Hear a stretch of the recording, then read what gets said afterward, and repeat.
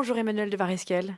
Bonjour. Aujourd'hui, nous aurions été le 18 Brumaire si nous avions été en 1799. 18 Brumaire en 8, c'est-à-dire le 9 novembre 1799. Alors, Selon le calendrier républicain. C'est une date très importante dans l'histoire de France parce que c'est le premier jour de ce qu'on peut appeler le coup d'État de Bonaparte qui va renverser le dernier avatar des régimes républicains qui est le directoire, c'est-à-dire 5 directeurs, 2 assemblées, 2 conseils, les anciens et les 500, et qui va porter Bonaparte au pouvoir et qui va être à l'origine de ce qu'on a appelé le gouvernement consulaire, qui deviendra en mai 1804 l'Empire français que l'on connaît et qui durera jusqu'en 1814 et un peu 1815. Donc nous sommes en C'est 1799. une date extrêmement Que importante. se passe-t-il ce jour-là? Alors, il se passe d'abord que Bonaparte revient de la campagne d'Égypte, auréolé de cette gloire égyptienne, des pyramides qui vous contemplent et d'autres hauts faits d'armes en Égypte. Il va débarquer à Fréjus et remonter la vallée du Rhône jusqu'à Paris en octobre 1799 sous les acclamations unanimes et universelles de la nation et des populations françaises. Et qu'il va devenir ce sabre que cherche un éminent constitutionnaliste qui est l'abbé Sieyès et dont il a besoin pour effectuer une remise en ordre de ce régime directorial qui fonctionne mal à coup d'État, une fois à droite, une fois à gauche, et pour, dans un certain sens, remettre de l'ordre dans la maison France. Bonaparte va devenir l'élu de Sieyès et le 18 et le 19 Brumaire en 8, c'est le renversement des rapports de force qui peuvent exister entre Sieyès et Bonaparte. Au fond, ce coup d'État qui était prévu pour se faire au profit de Sieyès va se faire au profit de Bonaparte, qui va devenir très rapidement premier consul, puis consul à vie. Alors ça se passe en 2 jours, le 9 et le 10 novembre 1799. Le premier jour, ça se passe, il faut se rappeler de ce livre de Malaparte que j'aime beaucoup, qui est La technique du coup d'État. Ça se passe de la façon la plus constitutionnelle possible. C'est-à-dire qu'on essaye de masquer le plus possible Qu'on la est en train de faire un dimension coup du d'État. coup d'État lui-même.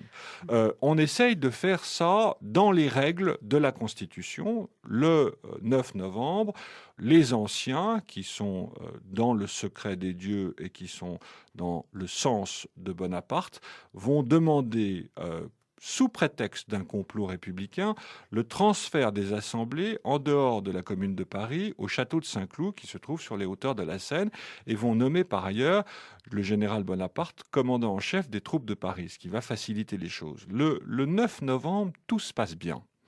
En effet, les chambres sont transférées. Là où ça va commencer à aller un peu plus mal, à dérailler, c'est le 10 novembre. Parce que le 10 novembre, qu'est-ce qui se passe?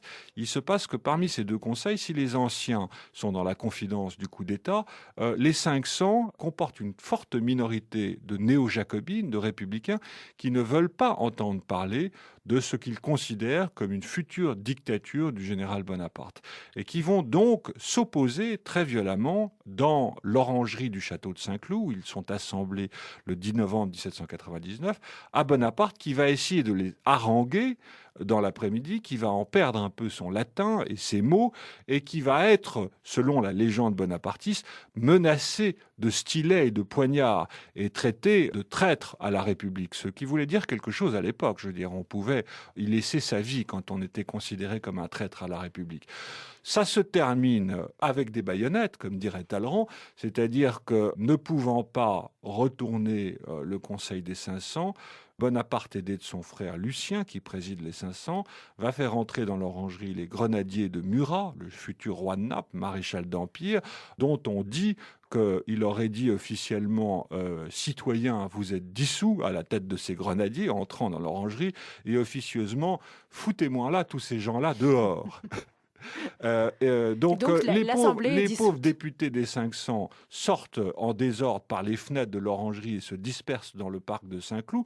On les rattrape dans la nuit du 10 au 11 novembre 1799, un à un, pour leur faire voter une assemblée consultative pour une nouvelle constitution et un gouvernement consulaire provisoire dont Bonaparte s'empare immédiatement, bien sûr. Et donc le coup d'État est réussi. Bravo Napoléon Bonaparte. Bravo.